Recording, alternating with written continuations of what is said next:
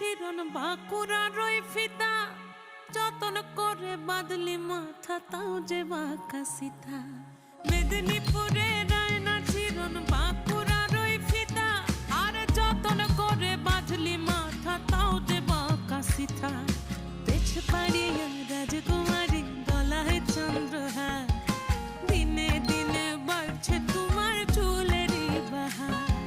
পেছ পাড়িয়া